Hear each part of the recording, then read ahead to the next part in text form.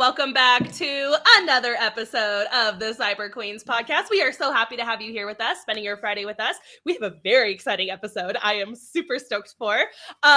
So a lot of you may know that this past year, 2023 rather, I won Cybersecurity Woman of the Year, Hacker of the Year, which was given to me, thank you, which I won from the United Cybersecurity Alliance. So thank you very much to them and Carmen Marsh and all the fabulous work you guys do out there.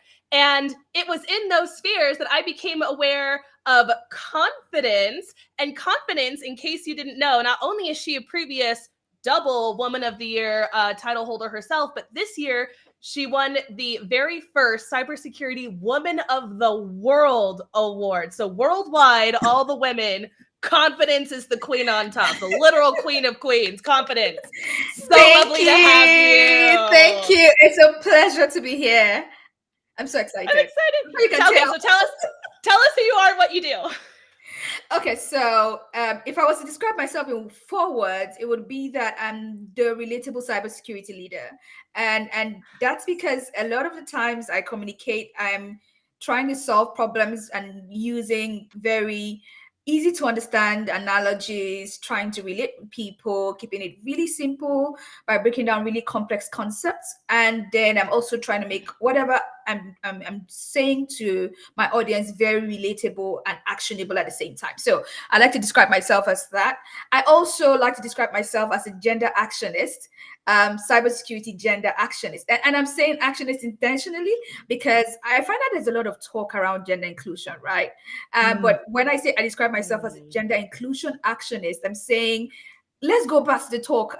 What I want to do is do the work after the talk, if possible, not even talk at all, do the work and then talk, so I'm very big on that as well. So I'm growing a lot of talent on the African continent to ensure that we have more women in cyber. I love that. That's everything we stand for. That's what we aim to do here. Beautiful alignment. Ironically, this is my first time ever talking to Confidence or hanging out with her, but I was so excited. I was like, I feel like we should just be cyber besties, so we're just gonna do that now. So and Confidence wrote a book on hacking, which is my domain. So I'm so excited to have another lady hacker on the podcast. I think this is the first time ever. So monumental day in Cyber Queens history. It's very exciting. Okay, we're gonna get into all that later. There's so much to unpack. I'm stoked. So but first, we always have our guests tell the audience how they got their start in cyber. Was cyber the first thing you started with? Did you pivot into it from something else? How did you get started? Okay. Mariel, I hope I don't bore you with this story. I'm sure it's not going to be boring, but it's going to be long. I want it. The people want it. Give it to us. Yeah. So the thing is, I never really wanted to be in tech. I didn't know what tech was. When I started trying to find where I wanted to be. I mean, as a young teenager coming out of high school, trying to get into uni, my parents had sold me the dream of being a medical doctor for so long that I had thought it was my dream, but it wasn't my dream. It was my parents' dream. And just give us a bit of a background. If you're Asian or African, you understand what I'm saying. I mean, the audience here. African parents are very, they like to make choices for their children. I mean, in very, very good intentions here, right? But what happens is that limited by, say, the examples they're able to see around. So if you're good in the sciences, for example, right, what they see as an example around is medical doctors, engineers. Oh, you're good in the sciences, you have to be a medical doctor if you're a female. If you're a male, you have to be an engineer. And if you're a lady, you talk so much and you're good in the arts, oh, you have to be a lawyer. So they sort of make those choices for you and then begin to sell them to you. And what had happened was I come out of high school and my parents, had told me I was going to be a medical doctor, and I started wanting to be a medical doctor. But then I was told to take a gap year. In that gap year, my parents said, you know what, don't sit idle at home. Go learn how to use computers, because I had not known how to use computers before this time. So in that period where I went to some place to keep learning how to use computers, I fell head over heels in love with computers. I went past just learning how to use basic applications to, beginning to code. And I was like, oh my God, so I can create something. I can make things move. I can do this. I was very excited. I started picking up programming languages. I went from JavaScript to like Java itself to C# to C. I was just going on and I was just grabbing the languages. And at that point, I knew that I didn't want to be a medical doctor anymore. So I had gotten the admission, and I went back to my parents. I said, there is no way this girl is becoming a medical doctor. I'm going to forfeit that admission, and I want to go do tech. And I like tech. Like what is that? What's tech? Again, just give us some perspective. I'm a first generation graduate in my family, so none of my parents hold like a bachelor's degree. So there was no reference around, to sort of like pull what this tech thing was about. There was no one who had succeeded, but then we had seen medical doctors that had succeeded, and this is where the power of representation is something that I always just drum in. Right? If there was one woman around who was doing cyber at the time or doing something in tech around the time, my parents would have been an easier job to convince them. But then what I did was, I didn't have a laptop, so I bought like cardboard papers and did my slides on cardboard to just pitch to my parents, that tech was the future and tech was the immediate present, and it was going to be an area that was going to do very well because I was really passionate about it. And I always say this thing, whenever I'm asked about my story, because it should help people understand why I'm the way I am. And that particular thing I keep saying is something my mom told me. She told me that you can't outperform a passionate person. So she was always said that about life, that you should be passionate about something, and then if you're passionate about it and you pursue it, you can't you can't be outperformed. You basically be at your A game every time. And so in that period of pitching, I told my parents, I'm very passionate about this stuff. Remember, Mom, you said you can't outperform a passionate person. So use your advice against her. Exactly. I used it, and then like, okay, you know what? We're going to see how that goes. You can go on for future admission, go on to study tech. So what did I do first? I went on, because of course programming was my background and what I really loved. I picked up an advanced diploma in software engineering. So yes, I have a software engineering background. I hope that explains my destination right now with application security. So I started off with that software engineering background, and then I did a first degree in IT and business information systems, because I always wanted to have like technical skills and also business skills. I was lucky to have done that. I didn't know like that was a fantastic decision. Thank goodness.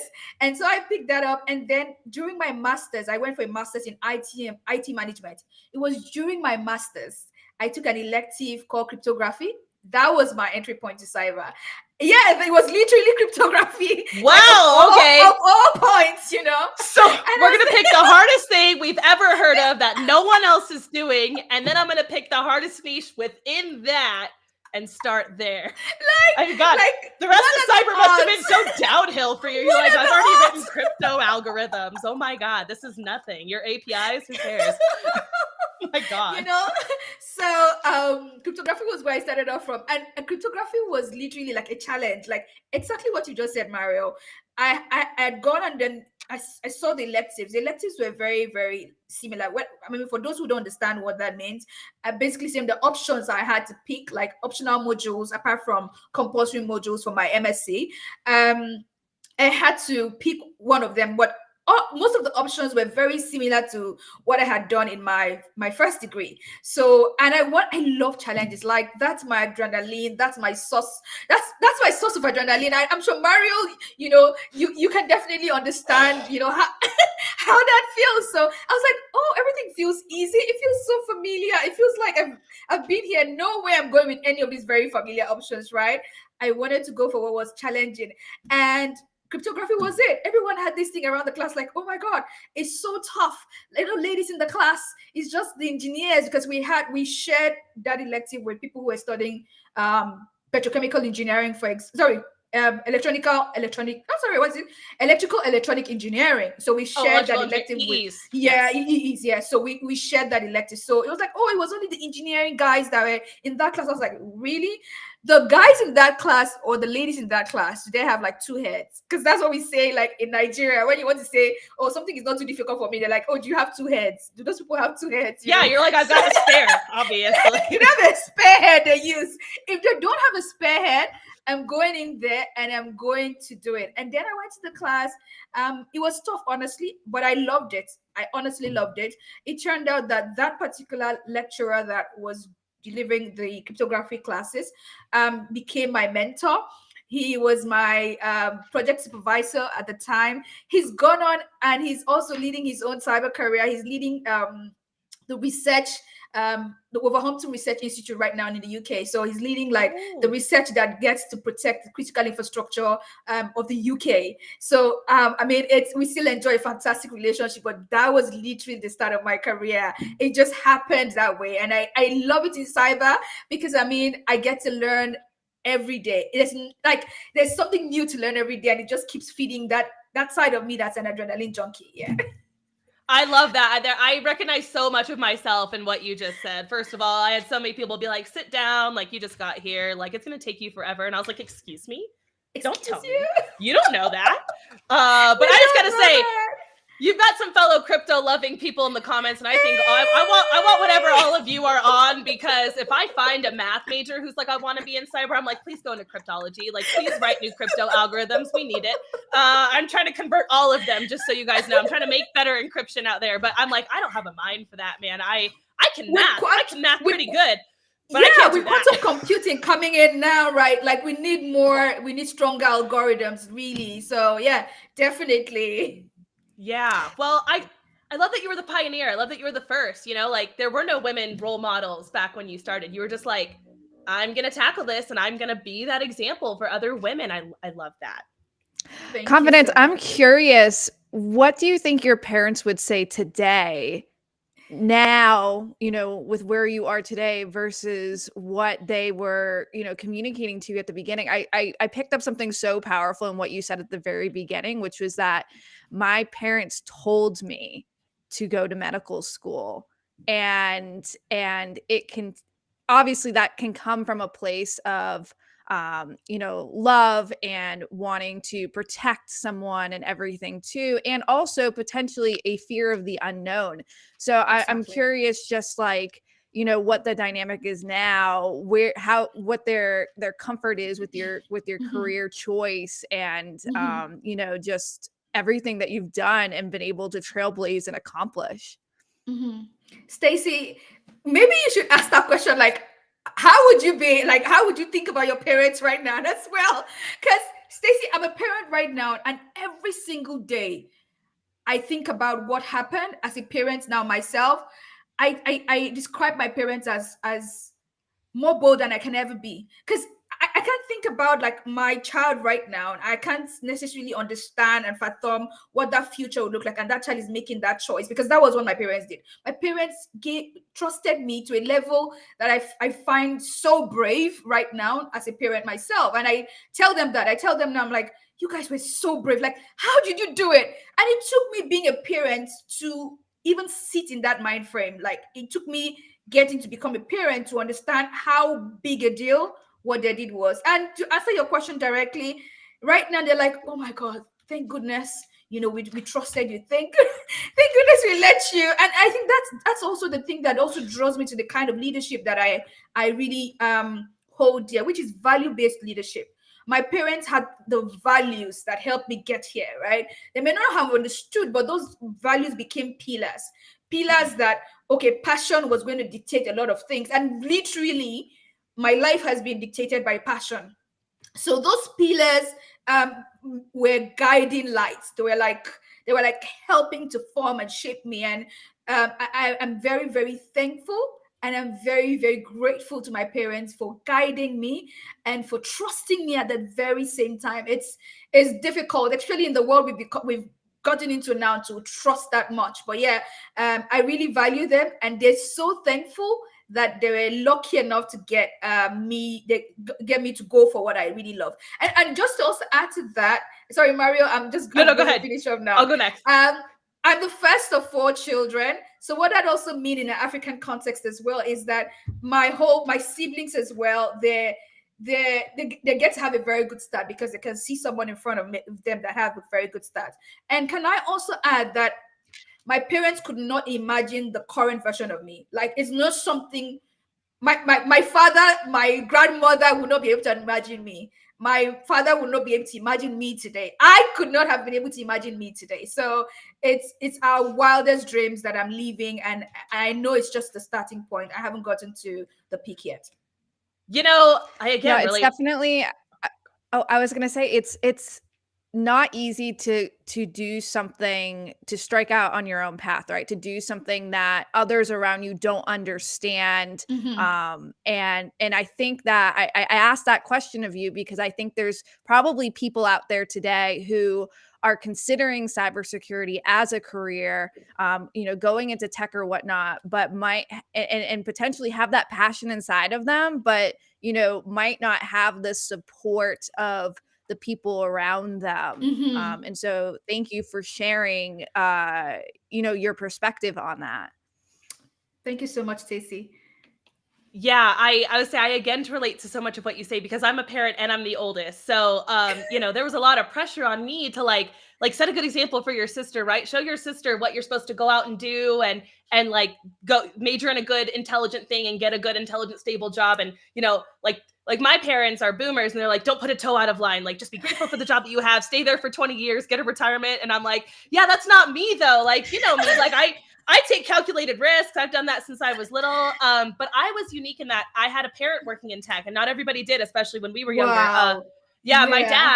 My dad's a SCADA engineer. So he works in, SCADA is a automations and control language for industrial control systems. And he was like, this is up and coming. This isn't going away. This is a vital skill. And he was like, maybe you're interested in what I do, and laid out one of his schematics. And I was like, no, that's not for me. I wasn't. I'm so sorry, Dad, to be a disappointment, but I can't. No. So my parents were thrilled when I found ROTC and I picked the military. They're like, great, she's going to go into something stable, something that's got, a defined advancement plan. Like, perfect. My parents are the only parents who were thrilled that I joined the military. But just speaking about all of this, I'm just hearing 2 key things. One, that there is a shift in what the boomers aspirants and what the millennials aspirants are as well, and what they expect next. So there is that shift. I think when we're being parented, we're like seen as, oh my God, they like to be outliers. They like to do stuff that's new. And then we don't want all of that. We want some systems in place. We want familiarity. We want loyalty. We want, all of these things that are not there anymore. And I think we're going to see the same thing with like a shift in also what our children will also go for. So I'm preparing my mind here while on this podcast. Oh yeah. Because the other side of that coin is I have 2 kids who are Gen Alphas, right? They're not even Gen Zers, they're Gen Alphas. And I'll sit back sometimes and talk to my wife and I'm like, what do you think they're going to be? Like, I think she's going to be a lawyer. I think she's going to go into like corporate law. I don't know. I see them doing something. And she's like, but what if that wouldn't make them happy? What if they want to be a street artist? And I was like, no, let's not. And I was like, you know what? That's wrong. That's the wrong mentality to have. I'm doing what my parents did to me. Like, I'm like, you know what? They can do whatever they want as long as, like you said, they dedicate to it completely. Whatever they choose, just put your whole effort into it and you will not fail. You want to be a sculptor? Fine. You want to be a musician? Fine. You want to go into rocket science? Fine. But do it with your whole effort and be the very top of your field at it. And you will never want for a job and always be happy. Exactly. I hope so, at least anyway. But no, it is interesting to see generational differences. And that's why I think it's so exciting that we got millennials into cyber and into tech. We're going to get Gen Zs into cyber and into tech. I can't wait to see what our kids do. Our kids are going to mess this up. So good. I can't wait. I can't wait to see that. How many kids do you have, by the way, Confidence? I had no idea you were a mom too. Yeah, I have 1. How old? I have a son. He's 5. 5. And he's quite a chatterbox. Yeah. My 5-year-old just turned 6. I always say she's 6 going on 36. She knows more about the world than me. I swear. It's scary. Anyway, So what I love about your story is how you charged right into this field. You charged right into this field and you had mentors putting out their hands to help you. But tell us, what were some of those initial challenges you experienced being one of the first women to come into this male dominated field and make a name for yourself? I would say one of my first challenges was even securing that first role, because people always questioned my knowledge, and I didn't invest in certifications early, so it was a thing of certifications were very expensive when I got back home from the UK and was earning in naira, and it was just difficult to just get them, and so it was tough to then say that this girl that was not a guy would come in and be able to do XYZ. Like I was my credentials or my knowledge was questioned and my skills were questioned every time. And this is also something that I'm fighting a lot of times with the things I do. When I'm fighting, I'm helping younger people fight the fight out, because I have experienced it where if a guy was walking into the room and say he's able to deliver on this, I mean, he's immediately believed, right? But if I was to walk in, and even if aside being a female, I didn't fit the tomboy model of or tomboy mold of what a competent female that had my skill set could do. So I didn't fit those molds. I was chic. I'm like, you get what I mean. I was rocking up wearing makeup. Like I don't know what you're talking about. That's not me at all. I was wearing heels. Like, why is she wearing heels? Like, she won't know stuff. She's so busy wearing makeup. Like, you get what I mean? So that whole societal mold of what competence looks like is something that I'm fighting, because there are different shades and shapes of us all. Competence doesn't have a gender.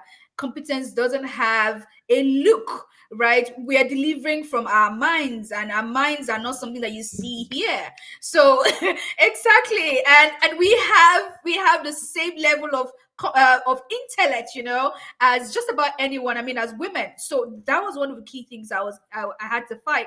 So some of my first opportunities came from my mentor still, and that's why a lot of them are not documented publicly. I share them in my CV when I have to share like a very comprehensive CV. But my first formal role was then because I had gathered so much experience off the books that I was able to really overqualify in my technical interview. Like I had to be in that space where I had a lot to show to be able to get people to believe me. So I would say first thing, it was the stereotypes. The second key thing I had to deal with was the cost of certifications. And then I also think that just being in a boys club has its own downsides as well, because I wasn't able to quickly integrate with like everyone. I had to learn networking in this domain as a boys club per se, and then be able to break it. So I would say those were some of my top issues, So, and this is why, as a person that's now a leader in the field, I am constantly trying to platform other younger women. I'm constantly trying to share what these experiences have been. I'm constantly trying to be their loudest megaphone, because a lot of times, even with how skilled I was, I didn't think that I was such a big deal, because I mean, I always looked at myself from the eyes of the things I did not know, as against looking at myself from the eyes of the things I know first, as I continue to upskill and grow my skill set. So I dealt with imposter syndrome for the longest time, right? I dealt with that for a long. So I know how to advise ladies now, because I've gone through it. I tell them, go and open up a job description for a role you'd like, and then check what the responsibilities are. Do you have the skills to do this? Do you have the skills to do that? And every single time I've done that with a young woman to check if she actually is a fraud, like she thinks she is, we find out that she's not. She's very skilled. So, and those are things I have dealt with. And I'm so grateful. I'm honestly very grateful I went through all of that, because it just helps me serve people better now. Because I've been there, I can relate to just about everything they say. I think like you've got some great comments in the comment section here. A lot of women and people in general relate to what you're saying. I remember the day that I realized not everyone was excited to receive security as I was. I'm like, I'm so excited about security. I'm going to come in here and rock this meeting. And everyone else was like super mad that security was invited at all. And I realized, oh, looking in from the outside, not everyone else is excited about my job as me. I got to deliver this a little more tactfully. It's just one of those moments that went off when you were talking about that right there. But, you know, in the military, we are taught not to be feminine, right? We are taught, don't be a woman in a man's world. Be like the men. If you want them to treat you like them, if you want the respect of them and you want to move up like them, like just be like them, you know? So don't be overly girly. Don't wear makeup. Don't personalize your uniform. Don't do any of this. Just show up and do your job. And I'm like, yeah, but you know what? Like when I came into cyber, that's what I did at first. I was like, I don't want to be treated any differently than a man. I just want to be known for being good at my job, right? I just want to be a cybersecurity expert, not a female cybersecurity expert. But eventually I was like, I want to be feminine in this space. I like being feminine. I like, you know, dressing myself up and wearing my makeup and stuff. And not everyone does, not everyone has to, but it's one of those things that we shouldn't feel bad about it. And it doesn't make us worse or better at our jobs. Like what's in my brain has nothing to do with that. So. Exactly. It's who you are. I mean, this time I looked at the picture. I think I posted that picture on Twitter and it was a Gen Z. I'm using that intentionally. It was this young lady that's literally Gen Z. She had her braids up to like her bum. She had like really long braids to her bum. And I'm like, I looked at the picture and I was excited. You know why I was excited? When I was starting out, seeing a girl with those sort of long braids, it's like, oh, she must have spent so much time making them. Like, what time does she even have to like do what, you know, learn and stuff like that? But this girl that I'm talking about, she is a she's a CTF player that's constantly topping charts that she goes to. You know, in every set competition she goes to, she tops it. She wrote the EJPT exam, and I think she scored something in the regions of 94%. She is like, I think it's either 94 or 96, something really high. And I'm like, insane. Oh my God, you excite me because you're everything that the world thinks you can be. You know, because you're beautiful, you're extra, you're this, and it just excites me to just see these sort of like young ladies just live fully and express themselves. Do you remember the Do We Look Like Hackers campaign? Did you see that like a few years ago?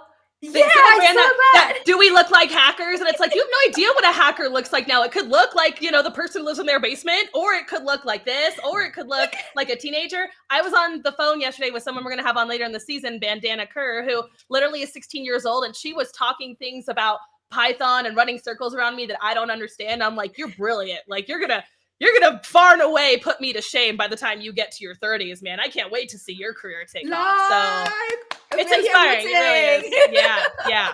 Coming soon. Yeah. So confidence. One of the things you mentioned was this almost like a feeling or a need to you know, do a lot of these things because of the requirement we have as women to overqualify ourselves, right? And so to be able to be considered for the same opportunities, we have to have, you know, twice as many certifications. We have to, you know, write these white papers, write the book, do podcasts, do all these things to assert that we have the competence.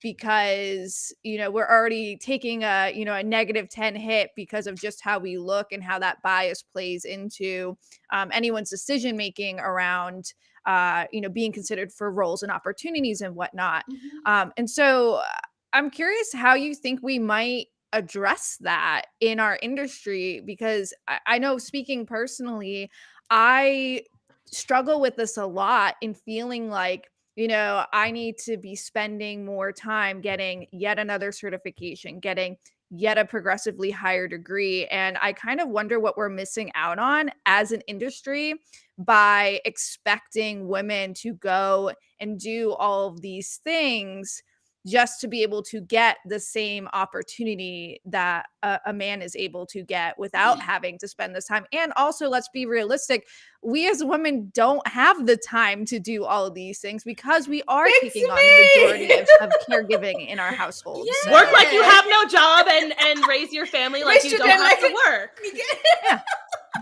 Work like you have no family and raise your family like you don't have to work. Do it all. And also don't forget self-care and to hydrate. You know, but I mean, there are many ways to look at it from, right? The first, I would like to look at it first from the positives, and I'm saying I mean, I'm generally very optimistic person, so I would say that with this sort of expectation comes comes benefits, or the lack of it comes benefits, right? The first key benefit is because you're constantly underestimated, you always overperform. That's one benefit. Yeah, and another benefit is the fact that because you're overcompensating for what you know, when you're eventually given a chance, you find out that you're always going to really perform well. That's what I would say. So from the positive angle, that's definitely how I would look at it. I would look at it like, okay, you're not giving me a chance, that's fine. When I eventually get a chance, I would so wow the people that they will not be able to get over me, because I would do my job so well. I've been used to being looked at under microscope, such that I have gotten the resilience that comes with being, over criticized or over critiqued for, or over, looked at as not having enough. So I've come with that resilience, and it just means that I'll come all guns and blazing. But from the other side, I would say that it behoves on us as cybersecurity professionals to continue to forge our journeys our leadership journeys to become core decision makers, such that we're able to have policies in place that helps more women get seen, helps more women get appreciated for where they are on their journey. And this is why I really like for us to have even programs that encourage more women to go from mid-level to senior level, because more senior level women we have, the more chances we have to retain more women, because we have policies, we have people who can speak our language. I mean, I'm speaking to you right now, Mariel and Stacy, and there's a lot you can understand from what I'm saying from a place of experience. Like, there's an experiential understanding of what I'm saying that can't be taken away. So I would definitely say helping and assisting more women to get into places of leadership really would help, because then you would be more conscientious about ensuring that women are treated better, for example, better than they currently are treated. You would be more conscientious about checking on things like that, because you've been there, done that, and you definitely want the journey to be easier and better for the women coming behind you. So I would say those are some of the key ways. And again, we're using our platforms these days to really speak up about these issues. Right now, we're talking about it. There's some allies and on the call. There's some people who would say, oh my God, the next time they see a woman, it's going to fix that in their minds. So I'm saying that to say we're already creating these platforms, having these conversations publicly. And it's my hope. I mean, and I think there are some indicators to show that I'm not just being overly hopeful, but that we've started seeing some change in the way we experience these things back say 5 years ago is different from now, right? Whether it's coming in the form of tokenism, where people are just saying, you know what, we have all men here, let's get one woman in. Whether it's coming in that shape and form, or it's actually coming in people's eyes being open to see, oh my God, a woman can do this as well. I would say that we're making some progress, and we'll continue to make some progress, given how much we're talking about it publicly. Yeah, if we can get more women into positions of leadership, especially get over that critical point where I think studies have shown that almost half of all women drop out of tech at that 10-year point. And that's really the critical time where they're making that transition into mid-level and senior level leadership.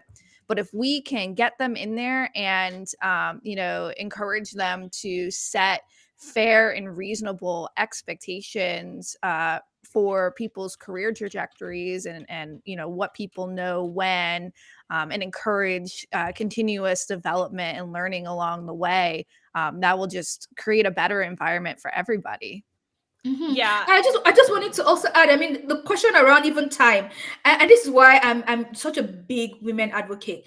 I find that with how busy women are also the same category of people volunteering the most to bring in more people into cyber. So you do your day job, you take care of your families, and you still find the time to volunteer, to mentor more than I would say historically I've seen other people do. Women mentor way more. So how are we doing all of this? We're magicians. So we need to give ourselves this credit. I mean, we're doing so well. And I think all of this is going to help to change the status quo in no time. Yeah, speaking of what you said, I can't wait to see more women get to like leadership. So I'm a senior, right? So I'm at the midpoint in my career, but I'm hoping to get into like junior echelons of leadership next, like at the manager director level. And I can't wait till we see more of us, and especially more millennial women, flood that space. Because when I see a mom who's gotten 3 cyber certs and she's interviewing for her first job, you know, someone might typically look at her and be like, "Oh wow, you're a mom. You know, you're gonna have family concerns, constantly interfering with your work, and da da da." And I'm like, "Yo, the moms get shit done." That mom took care of her family, learned this industry, got these certifications on her own grit, with her own, you know, ambition, her own self-starting, her own autonomy, with no help from probably anybody else. That is someone who's going to come in and take our projects and get shit done. I want Honestly. 3 of those on my team. I will pick the mom every time. Honestly, Mario, I'm going to say 2 things. I've heard somewhere that if you want to get stuff done, get a woman to do it. Or if you want to get stuff fixed, get a woman to do it. And because there's so many excuses why we shouldn't exist the way we exist in, you know, and in the fullness of which we do. But we do manage to get around doing that. And I want to share, you know, the second thing I want to share is a story. And just speaking around what you just said. For some of you who don't know, I run the biggest cybersecurity training and mentorship program on African continent. It's called the Cyber Girls Fellowship. And ladies, that's a slave. That's a slave. Ladies, that's how you do it. That's you know, how you do it. Ladies, if you know what I have seen, I've heard and seen things that sometimes make me sit back in my room. I basically, when I'm hearing those things, I like, okay, I'm not hearing anything. It's fine. My facial expression is straight. I go back into my closet and I cry. Now, there's this story I heard. One of the girls I had trained, she had gone to this, she had graduated from our program. I think she had gone in 2 sets. She went to apply for a role, and the role required that they do sort of like an interim retraining. She went there, she aced the training because it was literally like revising what we did on our own program, and her scores were very high. So the thing is, when you get into that bracket of people who did very well during the short internship, you get to be interviewed for a role in that organization. So let's say the short internship was about 6 weeks long, and then during the interview, she had to hide her marital status. Let's even put that out first. She had to hide that she was married with a kid. And then during the interview, somebody who knew her raised that question. Yeah, Mario, she had to hide it. Like, I don't know any men that have to hide that they're married and have kids. But no, because we have wives. Don't worry, I have a wife. She's taking care of all that. You know? And then she comes to the interview, and then she's getting interviewed. The interview is going on great. And then this person who knows her had whispered to someone else on the interview board that, oh, this person has a family. And so somebody on the board asked her, you know, how are you going to juggle being on this role, working in this sock with raising your kid? And this lady that I'm saying came through our program gave them a full plan. She said, my mom lives close by, right? And then my child goes to school and has this long time in school. And then my mom would go pick my child up and bring my child home.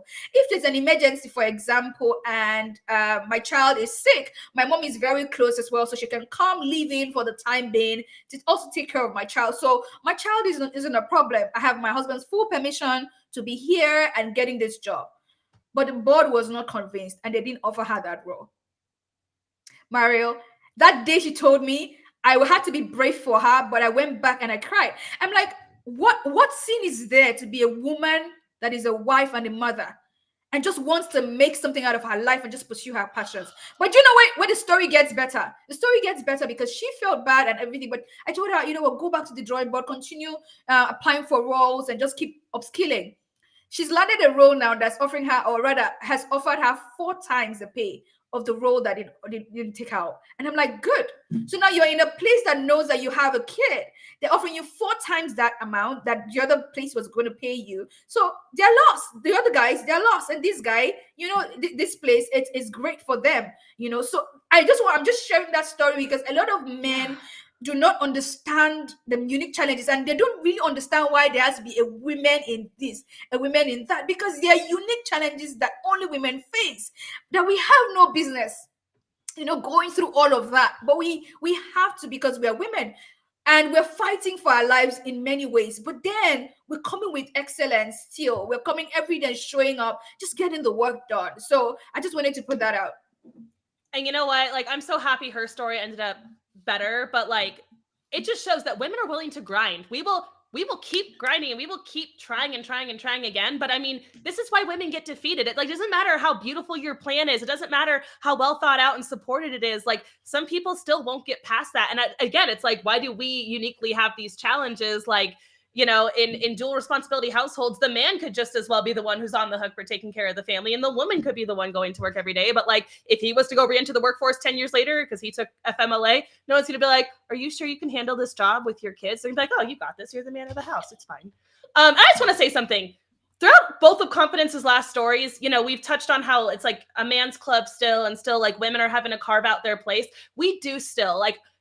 Despite the fact that there's things like Cyber Queens and there's things like these programs and things like Hackers and Heels, we're still not winning out there. The women aren't. And we still need these places because we're actually starting to slip backwards. We're starting to lose women. We're starting to lose diverse pieces of the population because we are so unfriendly and because we are keeping them out so hard. Like all these gate breaking efforts you see aren't doing the trick yet. So it's still important that we have initiatives like this. It's still important that we have figures like Confidence out there doing what she does and setting that example, because we still have to fight every day. Women have to fight for their place here. Just so you all know.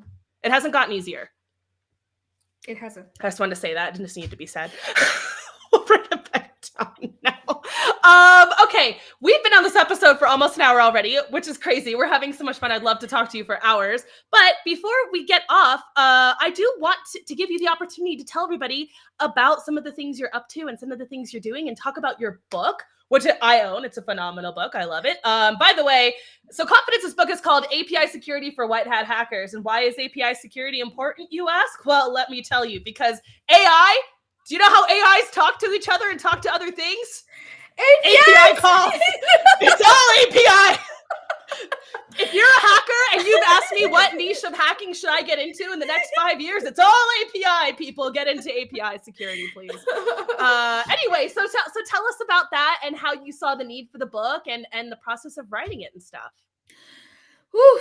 I mean, you've said it all. Digital transformation, as we've stated, and even with the explosion of digital transformation post-COVID, because I mean, there was digital transformation happening, you know, at good pace, you know, and in many parts of the world, Africa inclusive, right? But then post-COVID, everyone is like, get me on that digital shit, yeah? Pardon my French, you know, so everyone is like, get me digital, right? And I don't think that was a digital transformation so much as it was a digital draft. You will go remote. This is not an option. Figure it out when you get home. Thank you. Exactly. Figure it out when you get there. Exactly. And so that's sort of like the spirit. But what's happening is that all of those integrations, all of the software, all of those different systems talking to each other are enabled by APIs. But I have seen very clearly how APIs are not secure by design. APIs are not prioritized for security at all. And I have seen very firsthand how that plays out. I'm not going to mention the name of the organization, but we have I mean, I'm not saying they're careless, but we've seen how that one slip up they've had is bringing them, you know, a lot of, you know, mod being slung at them because of an API security issue that they've had. You know, so APIs are, because of how intricately they connect our digital world, they can also bring some of the biggest vulnerability issues that just has this knock-on effect across the ecosystem.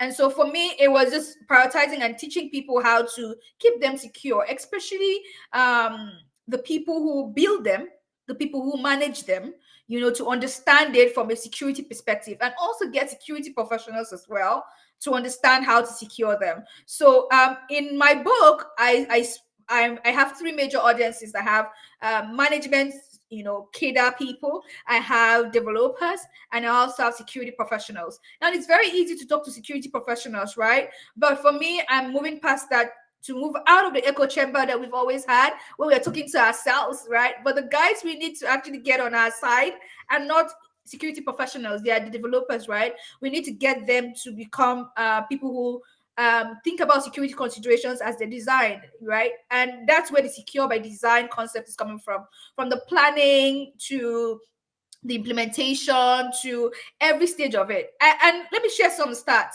As we speak right now, testing of APIs is the least kind of tests that gets to be done on any software system that's been, or any application that's been released. No, I can confirm that. I've done maybe Exactly. like 1% API pen testing, and all the rest is like network.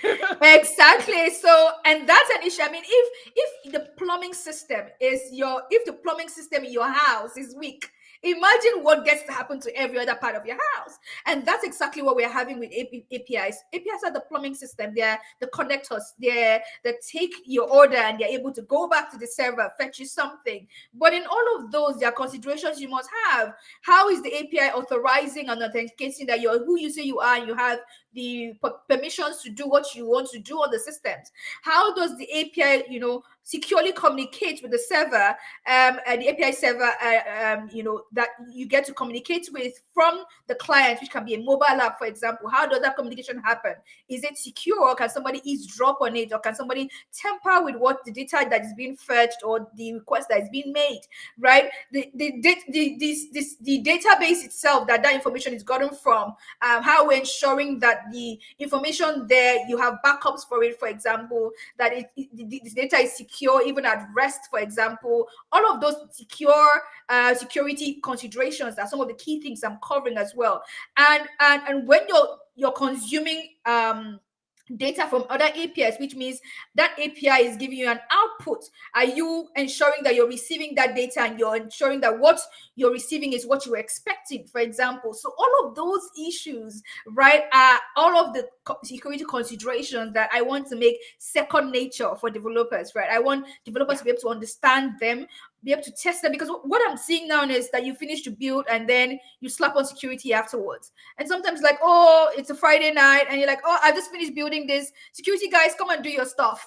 But that's not what it should be. We want to go live in 2 weeks. Pen test this. You're like, that. Exactly. That's the wrong approach. and aside even finding what those vulnerabilities are, because you find out about them later on, fixing them is even an issue. So you push the can down the road, right? You first get them even to the users, and then you start struggling with patches. It's a whole nightmare. But we've seen it's more costly time-wise and money-wise to fix those things later than to just design it securely from the start. Exactly. If you did, I just laid out, for example, some security considerations for different elements of that whole communication chain, right? And just even designing it into the plan. It's just going to make sure that you're going to be thinking about this. Okay, so now my API is going to be communicating with this external party. I need to use a secure channel to do that. Already, that's a design consideration that helps you and really reduces, a lot of the issues you're going to have down the line, reduces the vulnerabilities, for example, you'll be exposed to. So for me, it's ensuring I'm talking to those developers. Another key set of people, the guys who call the shots, right? How do you manage these things, right? You're not the guy who calls, you're not the guy, but you're the guy who... You're not managing it effectively. Yeah, you're not managing it effectively. You don't even know what you have. A lot of organizations do not have an inventory of the APIs. They do not. So even when you have APIs that are are not in use at the time, people don't know that the APIs exist that are not in use by the network. The APIs that we have a newer version for, the older version has not been retired. And once I'm hacking something and I see a V3, what automatically tells me that there's a V1 or there may be a V1, and a V1 that exists with a vulnerability that I can exploit. Downgrade attacks. Downgrade. You go to the older guy and and attack him and you get in. And that's exactly what the black hat hackers are doing. And with my book, I'm able to then also speak to, with some chapters, to management side of things. This is how to manage things. This is how to put your house in order, because it's in chaos that cyber criminals really thrive. Yeah. So Confidence, I'm curious, what are some tactics you use to inspire those developers and software engineers to do security from the start, to bake it in, and to want to do the right thing during this process? I would say the very first thing is, we always dump things on developers, right? I don't think that developers get seen for the value they're bringing. I feel like they're just guys who are just seen as, build stuff. Like you put the bricks on, and then we always just bring stuff and put on them. But if we're able to first have empathy for them, to see them, and the challenges. Yeah, exactly, empathy, and then see them for the challenges they are experiencing, and then also build a culture where we reward them for prioritizing security. What we have, what we are, or what we have and are historically rewarding developers for is churning out features.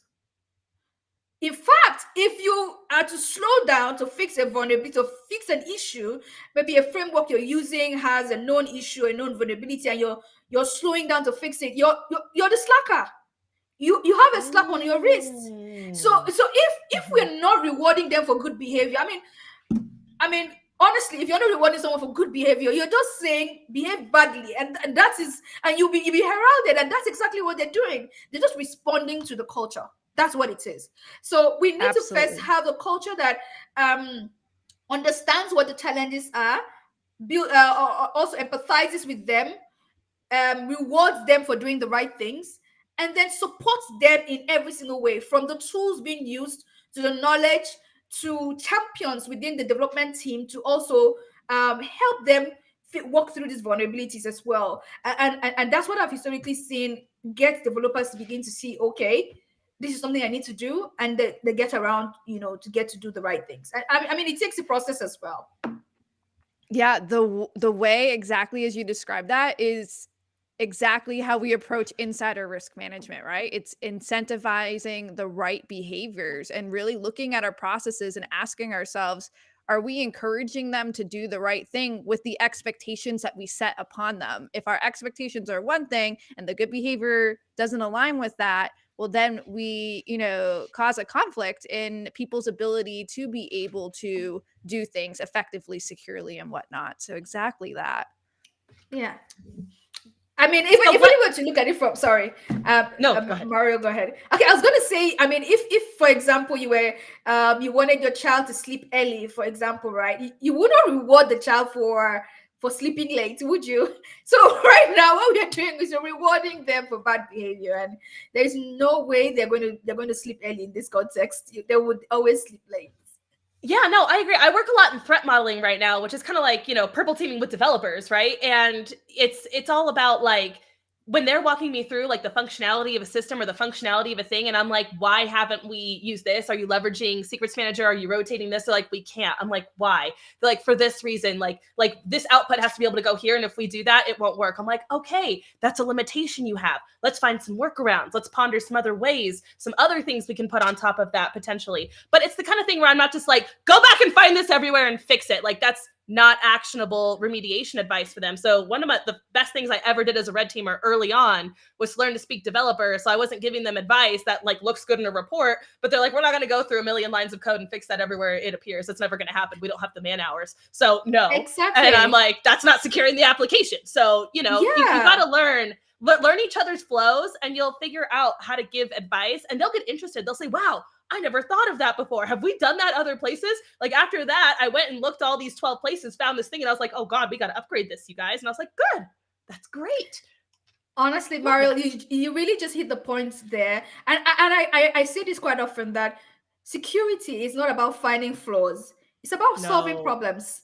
It's about solving problems. So if you look at it from that perspective, you always think about, okay, so if this way, there's an issue doing it this way, have you provided an alternative to fix that problem in a way that actually in a way that helps your team get to do the better thing, right? Just that problem solving mindset, it really just helps. And I think that also if you know how to fix it, really helps a lot as well. And I'm saying know how to fix it because a lot of people can speak about problems, right? If you're able to present solutions that are actionable, like you just said, you come to a place of knowledge and taking the time out to even know how to fix, because you could leave it on the feet of the developers. And they're like, you know what? You've just stopped our go live, for example. You have to be able to tell us how to fix this. If you've not learned how to problem solve in that context and to give them alternatives is a challenge. Another key issue that I've also seen is cost sometimes, right? And when the issue of cost is being brought in, I step back a bit and I basically explain why cost is not the issue why we have this insecurity challenge or these security challenges. And I say that because there a lot of times we've gone into like a mood of analysis paralysis where the security issues we have are not causing our clients to be low-hanging fruits. In fact, they are fruits on the ground, right? A hacker doesn't need to reach out to grab them because they're on the ground. Why? They haven't even taken care of the basic security issues, like the basic needs. And we're all about the shiny tools, but how do you use the basic ones? A lot of the basic tools even required are open source tools that can be free of charge to use. Have those tools been leveraged in the first place before you start thinking about major investments? I'm not saying anything is wrong with those investments, right? But starting with the fundamentals and having those fundamentals sorted is something I've also found to be missing in the whole scheme of things. Taking care of those basics, and sometimes even from the personal angle, we're always thinking about, what are the big things you can do, but have you turned on two-factor authentication, for example? And if you've turned on two-factor authentication that is SMS based, can we then move you on to authenticator app, for example, or a hardware? But what we want to do is just wake up one day and buy hardware, or get people to wake up one day and buy a YubiKey. But they could start off first with SMS, 2FA. And that's exactly what's happening in this other, in the enterprise environment, where people just want to make those investments that are major, but not starting off with the very fundamental things first and then walking their way through the steps. And then because you have a baseline, that solution didn't actually address any of the holes that you have. And then when you're reevaluating budget, they're like, we're getting rid of this. They're like, why? Like, because it didn't provide me value. You know why? Because that wasn't the hole you needed to fill. You just spent money just to spend it. You didn't actually spend it where we need it. Just so Exactly. Baseline, people. Baseline, and that's what I say. Look, let me give you another scenario. Let's say with the OAPS ASVS, what I have historically seen people want to do is they wake up, they want to use this standard, and they're going for level 3 already. What happens to starting off with level 1 of the ASVS? Start off from there. Go on to level 2 and then to level 3. And when you're dipping your feet in beats that way, you don't feel overwhelmed, because that's another key thing I've seen. Organizations just feel overwhelmed by the security needs. But then if you took baby steps, what will happen is that you will graduate into those new levels and where you should be playing in your league. You'll be surprised how much of it trickles down to level 3 if you just do level 1 really well. Like, I come in to do assessments sometimes, like, let's talk about our shadow data. I'm like, let's talk about your group user policies, and then we'll get into stuff like that. But you're not doing this well to begin with. So you're not taking care of your AD enough. And so you're roasting is still a thing in 2024, y'all. Exactly. Just like SQL injection, you're not doing the basics. Okay. That's like when people want to solve for the 1% insider threat case of like nation state actor in our systems. I'm like, how about just your departing employees? Yeah, did you cut off offboarded access like within 8 hours? No, the terminated employee 3 months ago can still log in. Did you do that? Let's send emails. Right. I mean, no, someone was posting about that on Twitter. Remember, they were like, so I got terminated 3 months ago and I still have access. I can still log in. That was horrible. It kept me up. We need to go back to the basics. The absolute basics. So bad. We said it here first. No, just kidding. We said it 1,000 times. Go back to the basics. All right, we have gone severely over, but we appreciate those of you who've stuck around with us. We're just having so much fun. We're probably going to have confidence back like 4 more times to get to all the things we realized we missed in the comments with each other. But we do have to move into final takeaways. I'm already late to my next meeting to go do my actual W-2 job. So what are your final takeaways, ladies? Really, really quick. Anything you want to leave the audience with, anything you want to impart to them, whether it be diversity, API security, talking dev, or doing the baselining. Go.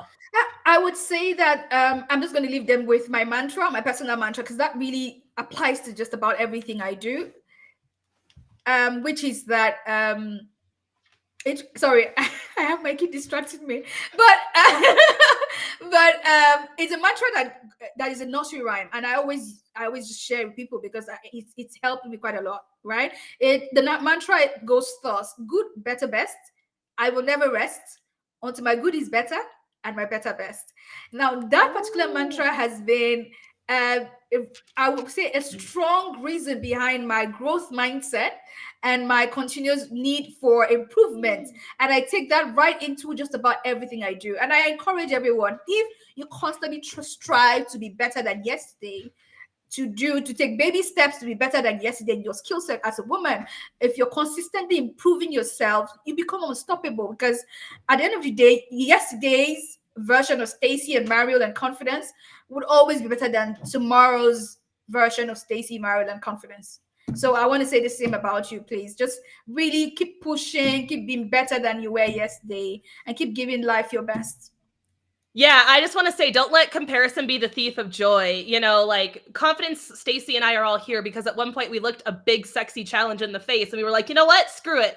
I'm just going to do my best and see where I land up. Like, just like Confidence said way in the beginning, when I started this journey, you know, almost 5 years ago now that I've been in cyber, but it's only been 5 years, which isn't a long time. I never thought I'd end up here. You know, I never thought I'd be Hacker of the Year. I never thought I'd win awards. I never thought I'd be talking to people like Confidence. I just wanted to set out and do a good job and fix things that I thought were broken. And all these good things happened as a result. So don't be afraid to just tackle those big challenges in the face and give it your freaking all and see what happens. You know, you might be the next cybersecurity woman of the world. So please do that. All right, Stacy, bring us home and then we got to sign off. Yeah. So my takeaway is really that, you know, because of what we go through innately as women, the reality is whatever job you put yourself before that you're interested in doing, odds are that you are more than qualified to do the thing, because we as women overqualify ourselves through, you know, countless certifications, education, paying attention to all the little details. And so if there's any concern about whether or not you are worthy, capable, about being able to do whatever it is you're going to do, like, just put those thoughts out the window. And especially stay focused on that positive energy. I think we can feel it radiating off of Confidence and how much that has served her well. How you show up to these opportunities, staying focused on the positives of what could come from them versus, you know, and this goes for a lot of people who assess, you know, future talent as well in this field and giving people opportunities instead of getting stuck on like, oh, they're not quite this or they don't have that. Really spend some time thinking of all the reasons why they do deserve to be here. They do deserve to have a chance. I agree. Don't wait to hit 10 out of 10 on the job description. If you hit 2 out of 10, freaking go for it. You never know. Throw spaghetti at the wall and see what sticks. That's what my advice is. All right. Thank you so much for spending your Friday with us. Thank you, Confidence, for being here today. I love your name, by the way. I wish my parents had named me Confidence. I'm low-key mad at them now. I'm going to send them an angry text. Like, why didn't you name me something like Tenacity? Okay. I love it. The audience is wanting more. There was more we forgot to unpack. They're saying bring Confidence back. We hope we'll have you back one day. Please tell the good people where they can connect with you on socials before we peace out. I'm very active on LinkedIn, so just search Confidence Staveley. I'm there. I'm very active on Twitter as well. It's CC Nerd Tweets on Twitter. I also do a lot on Instagram, so CC Nerd also is my name. But I mean, just doing a search of Confidence Staveley, you would find me in most of those platforms. Yeah, and we'll link her in the episode notes for you. But okay, everybody, have a great Friday. Have a wonderful weekend. Go tackle your challenges and do everything you do with confidence. We're out. Bye. Bye.